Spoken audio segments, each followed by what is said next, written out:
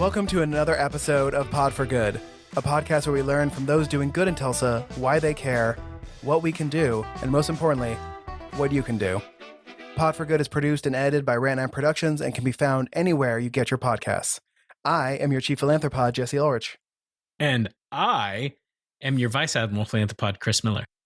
And today, we talk to Gary Peluso-Verdend, the Executive Director for the Center for Religion in Public Life at the Phillips Theological Seminary. We talked to Gary about the intersection of Christianity and white supremacy and how we unconsciously benefit from it. And Jesse keeps calling the Old Testament the Torah for some reason. No reason at all. Enjoy, everybody.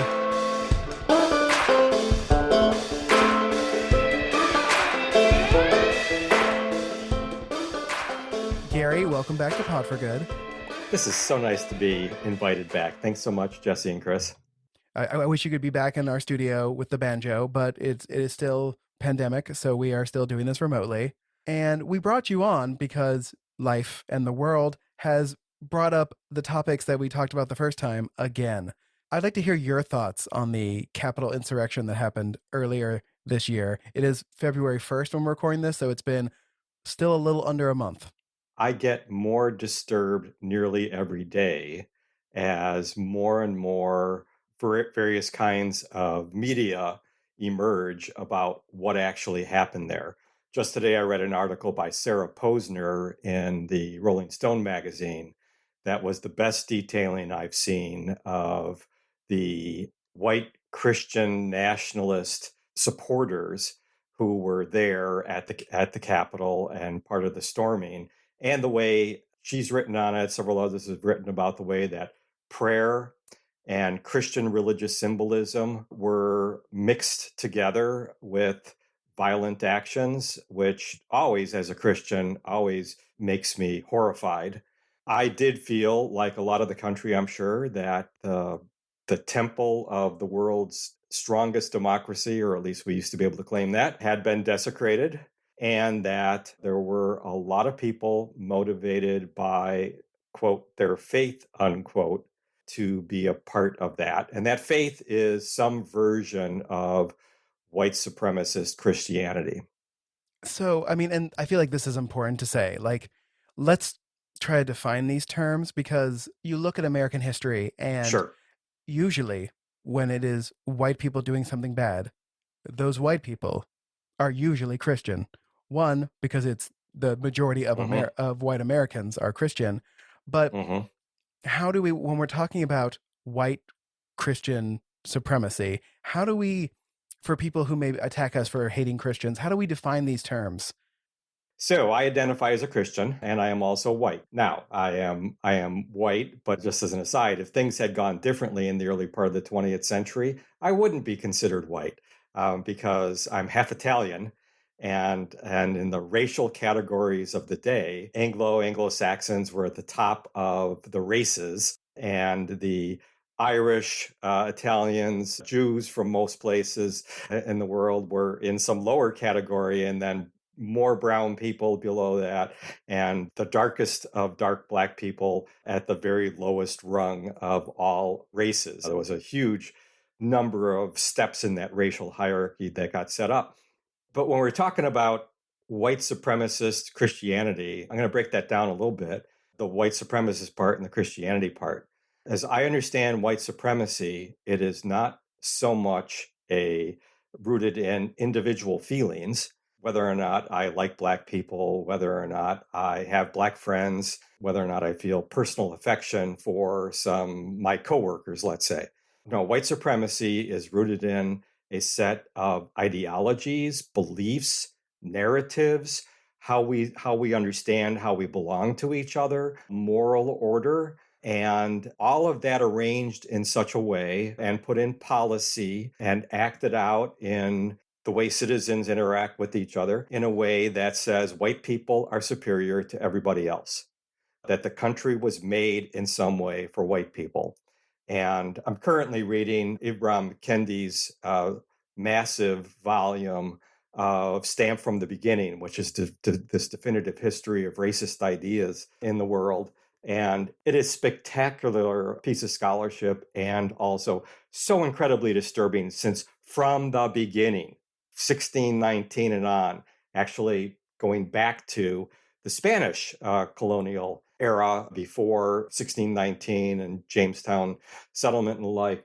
Spanish colonial era of why is it that they felt superior to the tribes, the nations which were here, and why is it that even the priest who was a advocate for the indigenous groups, why could he say, but importing black slaves wouldn't be a bad idea to run the encomiendas and all? So from the beginning, there was a hierarchy of color, and Christianity has been, well, arguably, it's been the major carrier of white supremacy. All three of us are have at some point our peoples in American history have been considered not white and have been discriminated against, whether it's Catholics, Jews, Italians, Irish. And I imagine someone Right. has written about this, and I know someone's written about it, about Jews at least, about like when Jews become white and what happens and why that happens. But you would think after so many of these groups get accepted into white America, for example, that would cause a questioning of why are we human beings classify by nature? Like stereotyping is something our brain naturally does, right? It's something we have to fight against. Why hasn't there been more conversations about the fact that this is how America especially decided to unnaturally segregate itself to set winners and losers? And this is a major way that we've done it. I mean, this wasn't necessarily the way in the ancient world. In the biblical world, color was nowhere nearly as important as the combination of religion and nationality, and nations being, or tribes and all, being much smaller than they are in the nation state world today. So I think I have a couple of responses to that. One is we haven't had a deeper conversation on it because groups like Italians, Catholics of various varieties, and Irish, we all fought to be white because we got that, hey, being white in this country is what gives you an in, which is another, of course, version of buying into and then being privileged by white supremacy. Yeah, my grandparents, when they came here from Italy, they were definitely discriminated against by their neighbors who called them the N-word and told them they wanted to move out from suburban Chicago because they didn't want any of that kind living here. I, as with the Peluso last name, I don't have that anymore because I've become white. I've just been folded into that, to that whiteness of it. The other answer I would give is besides we've benefited from, a lot of us have benefited from whiteness, there's an incredible history of denial. Within Christian circles, within more progressive liberal Christian circles, as well as within Black Christianity of all stripes, Catholic evangelicals and the like, it's accepted these days that without Black Christianity, white Christianity is possibly irredeemable. We somehow, white Christianity in this country has most influence. Control is too strong. We have most influenced the narrative of this country, of the entire nation. And it's a narrative that has consistently become blind to the violence we've done against others. Whether that's the Pilgrim story, which wasn't much of a story in the US until the Civil War era and on, and that we all came here for religious freedom. Well, that's not right. Some of us came for religious freedom, and some of us came because we were looking for free land and cheap labor. And cheap labor was either indentured servants, or it was if you could afford to buy a person, you did that. And the land, of course, wasn't free. It was stolen, or it was bargained away, or it was traded, and the like. But we covered that over in our history. We covered over centuries of our racism. We fight a big civil war and kill 600,000 to 750,000, depending on who you read, fellow citizens. And within less than a decade after that war, we're finding ways, as white Southerners, we're finding ways to overcome the abolition of slavery. And we get a new kind of slavery in Jim Crow, and all with the conspiracy of white Northerners. And this is part of the story that, as a person who grew up in Chicago, I certainly did not own. I didn't know. The Civil War was all about the secessionist Southerners, and they're the racist ones and the like. When Dr. King marched in through Cicero, which is where my parents grew up, in fact, and Dr. King, as he's being pelted with stones and bottles and all kinds of things, said, "In all my time in the South, I haven't seen hate like this." That we Northerners conspired a lot in regard to the time of slavery, that we conspired with Southerners to reunite the country after the Civil War. And every time we did it at the expense. We reconciled with our Southern neighbors or our Northern neighbors at the expense of justice for African American persons. And Christianity is just in the way we've organized our churches and in the ways we've promoted a white Jesus and whiteness and kind of white behaviors and the like as the epitome of what it means to be an American. We are just woven throughout this. I think when most people think of, if they do, some version of white supremacy Christianity, they think evangelicals, which I know. I mean, there have been a lot of think pieces about the unity between evangelicals and different movements within the Republican Party, especially with Right, Trump's presidency. right. But I know in your article you talk a little bit about that. While that is a large piece of it, that's not, I mean, that there are plenty of mainline Protestant and Catholics that also fall into this category. Robert Jones of the Public Religion Research Institute is Southern Baptist. I think he may be Cooperative Baptist now, but Southern Baptist is his tribe. And he's written this fabulous book called White Too Long, and Public Religion Research Institute puts data with their opinions. And it's a good read. Robert does a combination of telling his personal story of being Southern Baptist and how he was raised and how he changed his mind about a number of things regarding race and all, and then combining that with data. And one of the surprising pieces of data for me, Chris, was when he said that in terms of kind of scales that researchers have put together for judging racial attitudes, that while evangelical white Christians are highest on that scale overall for racism, right around 50%, you've got mainline Christian and also Catholic Christian. And that was surprising to me, that it was that high. Now, all this, and this won't be a surprise to I think most of your listeners, all this is highly correlated with support for the former president, for President Trump. And it was white evangelicals who were his strongest, staunchest supporters. And their support for him was virtually unchanged after January 6th. And the weird to me, this is because it's not my world anymore. I grew up in a semi-evangelical church, Methodist church, but for evangelicalism today, they are really worried, at least the leaders are, about the number of people of their communions, which have been taken in by QAnon. And so you have this correlation even between QAnon conspiracy, evangelical Christianity, white supremacy. It's complicated. It's hard to keep track of it all. Is there a correlation between maybe the aspects of the Bible that different groups focus on and sort of those ties to white supremacy? Is it that they focusing on certain aspects and using that as justification, or the reverse, that because I always wonder, I know that certain Christian groups focus a lot on Revelations, for instance, Right. right? And use that almost as a justification, whether it's truly violent acts like we saw, or that calling everyone from former President Obama the Antichrist to anyone who they disagree with the Antichrist. So I just wonder if there's a correlation between that and some of what you've seen. Yes, there are correlations. I think you'd find very few persons at the top of the racist scale who also believe that Christianity is fundamentally about loving God and loving your neighbor as yourself. I think that those of us who say, well, Jesus, echoing the prophets of the Hebrew Bible, judge the quality of a society the rightness of society by how they treat their most vulnerable members.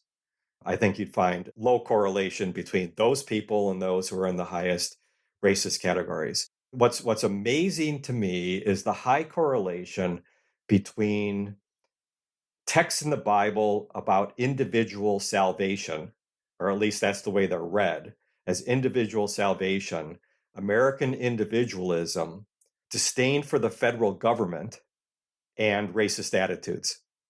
That to me is a really interesting combination of things. One of the criticisms that anybody who's a Christian and says, "Well, I don't believe in white supremacy. It's all a matter of individual choice and decisions." I usually want to dig into that a little and find out, well, just how much of an individualist are you? Because that individualism can be so strong that those folks will say there is no such thing as systemic injustice. There is no such thing as systemic evil. That is, of course, unless it's a Democratic president in the White House, and then you may have some systemic evil. But and conspiracies, of course, don't work without systems of evil, and somebody making a coordination and all. But reading the text for individual salvation is, I think, versus a God who cares most and first about those who are most vulnerable in society. I think that Chris would be one set of different readings. The other thing in terms of readings, I would say, but this is a longer part of a somewhat different conversation, which is it kind of amazes me that, and something I want to dig into a little more, which is why is it that for evangelical Christianity in particular, sin is so connected with sex and sexuality, sexual issues, whereas for progressive Christianity, for those of us who still talk about sin, which I do, I wouldn't want to absolutely say, well, it's not about sexuality and about individual choice, but that the way we treat others, the way our economic system is set up, the way we try to be anti-racist or buy into and benefit from racist society, these are all parts of our lives that also have something to do with sin. But that differentiation, there's sex and sexuality, and morality is all about that, versus no, morality can be war and economics and legislation.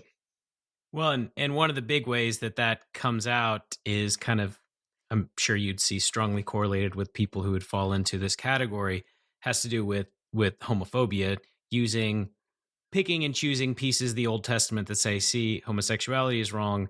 But at the same time, I have a feeling they're probably not keeping kosher or cutting a goat in half when they get married. Certain other aspects of the Old Testament, picking and choosing that to justify what are probably not truly held beliefs from their Christianity, but maybe using it to justify other beliefs that they have. We're having this conversation in Red, Oklahoma, where I know there are many people in the state who believe to be a good Christian is to also vote Republican. So my question is, and my question always is, what do we do? We are living in a country now where there are at least two distinct universes that we are living in. One who looks at the Capitol insurrection and sees leaders of our country calling people to do that, and the other group who is not seeing that. And we are going to different churches. We are watching different news. We are getting different news. We are on our Facebook feeds are quite different. So what can we do? Yes. What can we do? Well, let me open some answers to that. And I'd actually love to hear where you two are at in that, since that is definitely a conversation. There's no settled plan that I know of on that. One, I think those of us who are religious, and on the more progressive side of things, I think we need to find as many ways as we can to make our voices louder, which doesn't mean sterner, which doesn't mean shouting. It means clearer. It means a stronger part of the conversation. For the last 40 years, the Christian right has dominated what religion means in public life in this country. And it's now becoming almost an absurd point with Christian nationalism. And that's turned a whole lot of people off to religion, period. That religion equals what they're seeing when Jesus Saves flag is at the Capitol next to somebody poking out the eye of a police officer with the butt of another flag and all. So I think finding ways to get our voices out there. And this kind of podcast is certainly one of those ways. The center that we've tried to start at Phillips Theological Seminary, the Center for Religion and Public Life, is part of that. I get occasionally really positive and occasionally really negative responses to the blogs I write, which come from a Christian progressive perspective that is highly affirming of a multicultural, multi-religious, multiracial democracy. And that is, I think, the other way to talk about the divide, Jesse, or one of the other ways is there are those of us who see and want to be part of the nation which is coming to be of a no racial majority democracy, and a nation of no racial or ethnic or religious majority is a new thing in the world. And so, can we pull that off? I hope so. I think that's the continuing part of the American experiment. And I want us religious folks, us folks with conscience and with moral conviction, which doesn't necessarily all religious folks are that, but that combined together, I want us to be part of the shaping of this country. So making sure that we can form coalitions with as many persons of faith and not of faith as possible who also want to affirm that kind of country to live in. And that's where I even have some hope for the state of Oklahoma, because there are progressive organizations around. There are organizations and people who, no, they don't necessarily buy into a so-called leftist agenda. Well, I don't either. But I do buy into an agenda that says tolerance, acceptance, compassion, social justice, taking a look at more seriously at what does it really mean to be neighbor to each other. These are, for me, common sense, reasonable questions. So finding ways to get that out. And part of what I want to do is I want to encourage local church and other religious community leaders, not to start, because many of them are already engaged in the work, but to actually encourage them, keep doing this. I think some divides religious folks, and not necessarily into progressive and conservative categories, is, are you more of an individualist or are you more of a communitarian? Do you think that the we is really fundamental to life, as Rabbi Jonathan Sachs did in his last book on morality? Is the we fundamental or is the I fundamental? Well, that's a reasonable discussion and debate to have. I'm on the we side. And if we really took the we seriously and made some headway with that argument, I think we might be able to convince some others to come along. Gary, you and I met doing interfaith work in town, and that is the universe in which I was raised here, where I was always meeting with different Christian groups, Muslim groups, whoever was around. Because, at least from a Jewish perspective, one, Judaism, because of its history of oppression, never had a built-in, well, we're not going to talk to other people. We were just happy to talk to other people. And I always thought we were stronger together. And for me, almost all of the Western monotheistic religions come from the same root idea, which is don't be an asshole to other people. And if we could just, let's just start. Let's start there, and then we can talk about our differences later. But in Judaism, don't do unto others as you wouldn't want done to you. Christianity made it more positive, which is why it's more popular. Do unto others. I feel like there's a lot of personality in the way thank you, Hillel. Jews and Christians phrase that in there, but I always believe having those conversations, interacting with those you disagree with on a spiritual level is a good thing and not something to be avoided. It's just, it's harder now because the pandemic, but two, because where would I go other than like research or in a public place where I'd be able to run into somebody and have those type of conversations? This could go into the 20th century idea of Americans losing those like central meeting spots that they used to have, whether it was community meetings or Rotary clubs or what have you. We don't have those type of things now. So the only time I hear someone 100% pro-Trumper, where was I? I was going to a Drillers game. I was waiting in line to get in. And that was like the one time I heard someone bashing Democrats right in front of me. And I was like, do I do this now? And I was like, maybe not the best place to do it. I think just seeing more churches in place like Oklahoma be more public in being more of affirming churches. I thought it was amazing how many churches put Black Lives Matter in their Yeah, right. parking lots. I think I knew of maybe like 4 churches in Tulsa that were affirming Christian churches, right? But to see so many put out there, it made me hope that some of the people that were at churches that weren't willing to do that were thinking, all these other Christian churches are doing something. Are some of those people going to sit and think, is there something wrong with what we're doing? Just to see more publicly, especially in a place, because it's one thing when they see that kind of a statement in somewhere in the north where they maybe expect to see that, or but to see that in a place like Tulsa with a racist history that we have, to me that was something that I felt could be impactful, and I'm sure led to conversations. But this is it's going to be a long battle, right? To and maybe battle is not the right word, but I mean, to Jesse's point, in a lot of cases, we're not even having the conversations, right?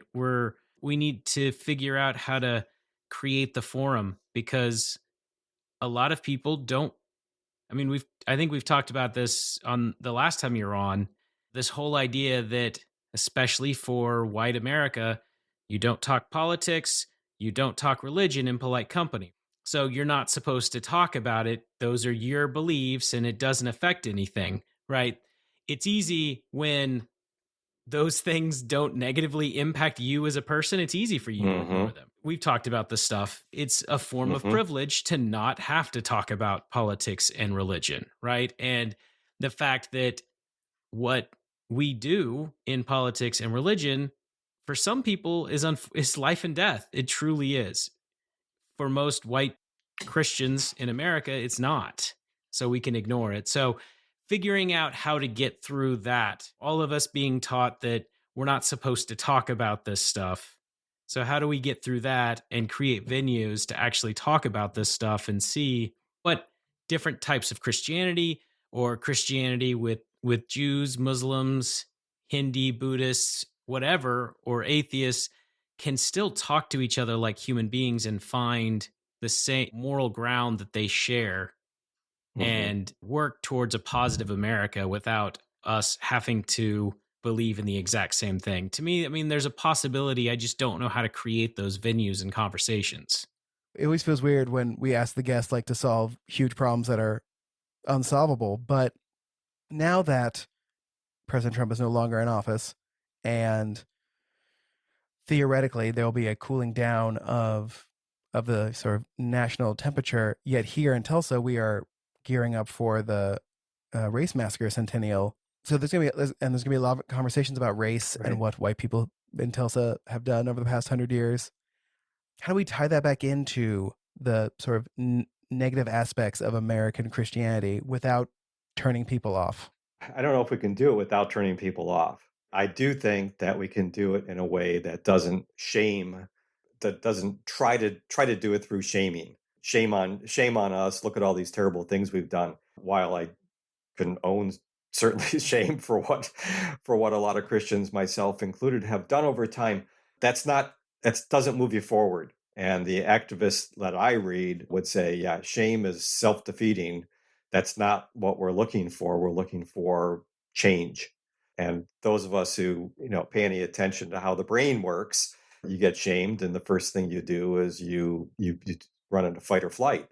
One of the biggest challenges in front of all of us is around the stories we tell. I absolutely agree with those who say we live inside our stories, and our stories create our moral universes. And just put it out there, the Trumpian story of the world, or the QAnon narrative about what's really going on behind the scenes, these are terribly damaging stories.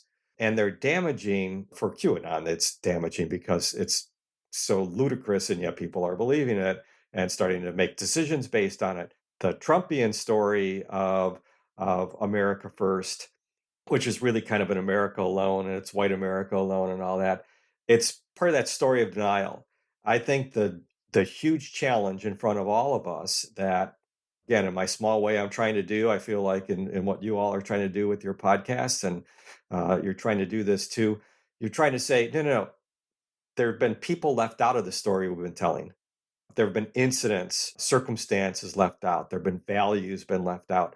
And in order for all of us together to see the story and say, yeah, I see that. I see myself in it. I see my groups in it. It's going to take some real rewriting, because the general narrative of American exceptionalism, that we've always been the best, that we've always been kind, that we've always been generous, that God has laid God's hand on us in a way God has laid a hand on no other nation except possibly Israel. All that is the work in front of us. And I'm happy that people like Jill Lepore, historian at Harvard, in her very nice volume she wrote a couple of years ago now, These Truths, I think is the name of the book, where she says there were too many historians over the last 20, 30 years have given up writing grand histories. They've gone to the not individual, they've gone to a smaller slice, or they've gone to that unspoken or have been previously repressed histories. All really important work. She said, but then when you come to the grand narratives, the charlatans kept writing them.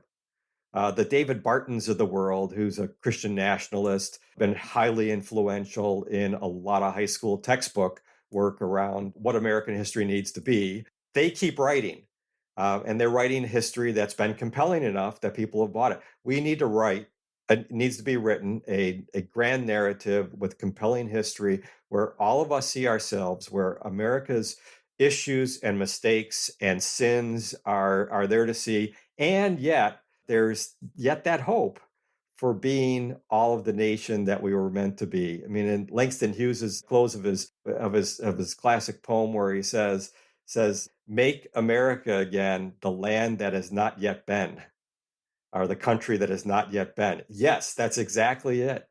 But I think Chris said earlier, this is a long haul. This is gonna take us a long time. While at the same time we have these crises in front of us, where that racial crises, justice crisis, then environmental impact from climate weirding, climate disruptions, and who knows when the next pandemic's coming along. So that question of it's we. How do we tell a story about us and we that is genuinely inclusive and makes sense?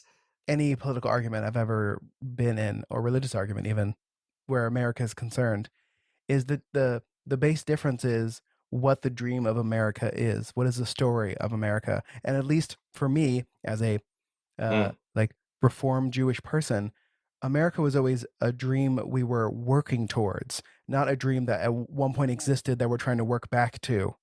So, like, America itself has ideals that we have not yet achieved, and we care and are working towards, and arguing with people to move us towards those ideals, towards the perfect American idea that we have of what America should be. And I feel like the argument I'm having with other people is there was a time when America had its shit together, and we're trying to get back to that. And I'm like, it for you, but not for everyone. He hasn't been brought up in a conversation in a long time. But former senators, John Edwards, like, his whole spiel was the two Americas. I feel like we are certainly at that point now. There are two different both histories and stories and day-to-day operations of the America we live in. And especially with this pandemic and not being able to go out and do things, it's making me feel even less optimistic about how we get out of this. And I think the reason I think that a lot is because of how being raised here and how Christians would talk to me about things that were in my holy book, and me thinking like, oh, we are reading two completely different things. Like, one, you're reading it in English, which has been translated like 15 times, and you're telling me we should take it literally. I'm like, maybe learn Aramaic first. And secondly, like, any argument about the Bible and how you view the Bible also relates to how you view the Constitution. Is it a document that is perfect and does not need to be changed in any way? Or I can't buy original intent because I know human beings and I know that we make mistakes and language is not perfect. So maybe when it says this thing, I don't know, like, maybe they could have been wrong. 2, they were right at the time, but it could be changed. Or 3, maybe like they didn't know what they were talking about. But you certainly can't talk to an evangelical Christian about the Bible that way, and you certainly can't talk to them about the Constitution being that way. And this is, see, you've just very well named a variety of ways in which Christian evangelical narrative has been laid over top of America's story that, in fact, distorts the whole thing. The third point you had made regarding the originalist reading of the Constitution, yeah, I mean that sounds a whole lot like a literal interpretation of the Bible, as if there is such a thing, as if that's evident without actually interpreting. You don't have to interpret; it's there. That's just read it; it's right there. And original intent is, for, yeah, I also agree, is not the way to go with things. But the evangelical narrative, it's not just evangelical Christianity, but evangelicalism and then fundamentalism also has done this narrative. They've imposed the fall narrative on America. There was the original garden, and then something came into the garden that didn't belong there, that has created some sort of evil, and that now needs to be redeemed, wiped out, so that the garden of God, or the city of God, as Chris mentioned Revelation earlier, or the city of God can come. And so what is it that is the sin that needs to be uprooted? And from one side you're hearing very clearly it's racism, and a pretty close tie also to capitalism as it's developed to around, again, cheap or stolen land and cheap labor. And on the one side, and then on the other side, it's some kind of sexual sin. It's when you let women run things. It's when you disturb God's hierarchy, white over black. It's when you allowed races to mix. It's when the federal government told Bob Jones University, your policies are racist, and the IRS is going to revoke your 501c3 status as a nonprofit, which, of course, is a real case. And there are some who would argue that galvanization, fundamentalist and evangelical Christianity, bringing them into public life, is what in fact eventually led to the moral majority and anti-abortion, and how abortion and sexuality and gender expression get tied into religion in such ways. So yes, two very different stories, and I would have to. I think part of for people of faith, especially for Christians, I want to be part of rethinking America's story or stories without trying to superimpose a Christian narrative upon it, that somehow that there's an archetype somewhere, that we are now a type of that archetype, and just working that out in history. That's so damaging to us at this point in time, especially. Along those lines, so what can our listeners, friends, whoever who are white Christians, when they go back to their church or parish, what can they do there to ensure, one, that they themselves are not supporting white supremacy, white nationalism, but also be able to make changes within their church so that their church maybe better supports the ideals of that Christianity was founded on? For me, I have to go to myself at this point and what's helped me, and that's, I'm a reader. So what you read, and also I love TV, always have, and what you watch. There are so many fantastic shows out on TV, or out available in all the various services right now, whether they be movies, or PBS has a lineup coming up this month on Black Church, or Henry Louis Gates' series he did on Reconstruction, based on the book that he wrote about it. So even if you're not a reader, there's so many good things out there that can help you understand what you probably weren't taught in school.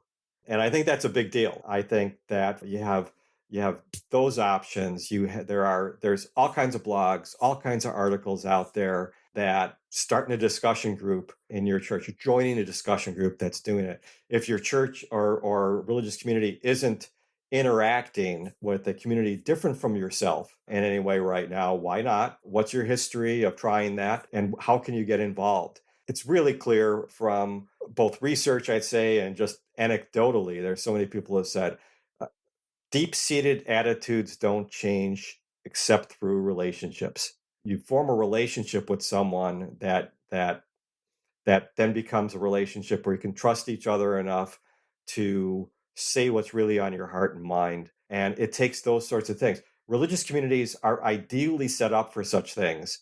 unless what they've gone about is to create a bubble or a walls between them and the world, because the world is evil and we're keep a pristine community here. So those are just a few things, Chris, I think they can absolutely do. You can read, you can put different things in what different shows and what you watch, and you can ask yourself about what is the racial ethnic diversity within your own community, what are the racial ethnic attitudes within your own community, and why, if you're not involved in a dialogue fellowship with another community that looks different from the way you look, why not? Yeah, and I think a really strong thing to think about, because as you said earlier, shaming people doesn't work, right? At least not long term. But to me, one of the biggest tenets of Christianity is hope, right? I mean, that is Hmm. it's hope for better for ourselves, hope for better for the community, hopefully hoping that for better things for your country as well, and tying that back to making a difference as a community, tying that in with the hope of Christianity can be an important aspect of this. I agree, and this, speaking again personally, I think that presenting white supremacy and racism as systemic issues frees up some of the potential shame of being called out as a racist. Because the fact of the matter is, all of us in white America participate in a racist society that benefits us. And so therefore, are we racist? Yes, we are. We are. So what are you going to do about it? That's when the question comes in. What are you going to do about it? You're going to just continue to use your privilege for yourself, or you're going to in any way use your privilege to join anti-racist efforts to dismantle that system, efforts to point out when the system is being invoked in ways that maybe you didn't see before, but now you see. That for me is gets away from the shame, shame, shame, shame, shame. You're a racist. If we just all say, it's kind of like all saying we're all sinners. But how do you participate in that in those broken relationships in ways that benefit you, versus how do you move out from those broken relationships into a place of wholeness and healing, which of course we know is in shalom. Shalom is not the absence of conflict. Shalom is a genuinely healed and just community. Yeah, anyone who's ever met Uh, Jews knows it's not about a quiet peace. So No, it, right. it like the President Bartlett approach, the okay, we've talked about it. So what's next? How do we fix it? Hmm. Which I think obviously you have to first have the conversation that there are problems so you can move forward and start fixing it. But taking it away from which, whether people are actually constantly shaming, I think there is a group of white Americans who think that they're just being constantly shamed Hmm. and get defensive. So finding a way around that, I think, is finding the right way to get past the defensiveness. Yeah, and I'm not opposed. I mean, I'm not opposed to using shame in rather particular circumstances, but I think those rather particular circumstances are pretty much, for me, pretty much limited to public figures who have publicly failed to own responsibility for their own actions, and having then them publicly having the actions they are denying pointed out to them and trying to hold them accountable can be experienced for sure as a shaming sort of thing. But that, to me, that's legitimate shame. Taking on a kids taking on another kid via social media and shaming them in any way to the point of degrading them so that they feel like dirt and all. we've already been going for quite some time, but I want people to know where they can find your stuff, both your blog posts and your podcast. So this is your chance to now hawk yourself on in the collective podcast love fest that is podcasts. Thank you. I appreciate that. Yeah. So that's right. That's right. On Facebook, you can go to the Phillips Theological Seminary page, and there is a Facebook group there, Religion in Public Life. And also on the Phillips website, ptstulsa.edu, you would find under Religion in Public Life, you'll find my blog, which I do on a weekly basis, trying to comment on some moral or religious story going on in American public life, and then podcasting. And my podcasting, unfortunately, has been somewhat truncated recently, just from a variety of internal circumstances at school. But I want to keep telling stories of progressive leaders and progressive communities that are doing good work, that especially in a state like Oklahoma, where we have one religion reporter in the entire state, and she's in Oklahoma City, and the religion reporter we had in Tulsa, fine individual, but not all that sensitive to a number of more progressive issues. We just don't get the stories around. So I want to tell those stories. Since the last time we spoke to you, we've been living through this pandemic. For some people, it's now over a year of them being locked down. How have you sort of kept your sanity during this time? What did you find that was completely separate from your work that you did? Like Chris and I are pop culture nerds, so we binge watch TV shows or movies or video games. But I know other people have more adult interests. We read fantasy books. We read books too. That's true. There are still books. There's still books. I now know how to forge a weapon, thanks to one of our previous guests. What have you been doing to relax during this pandemic? Yeah, that's tough. That's tough because we've also have a 14-year-old at home, and her schooling has changed radically in this year, and that's been an 8th grade year. So it's been a struggle for us. And my dad also died. As I know, Jesse, you had a loss in your family, very close family, very recently. And pandemic losses are weirder even and more difficult because of the difficulty of gathering folks. My biggest thing, I would say, is walking.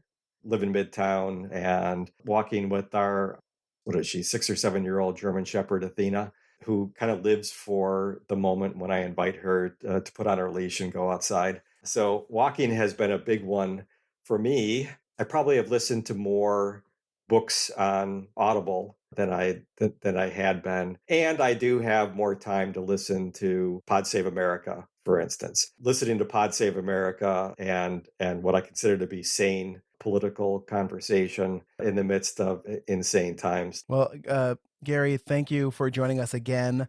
And hopefully, as we all slowly get vaccinated and we can meet again in person, we can all attempt to try to have these conversations now, which I think will be helpful. I think us all being locked in our homes has not been good for the polarizing of America.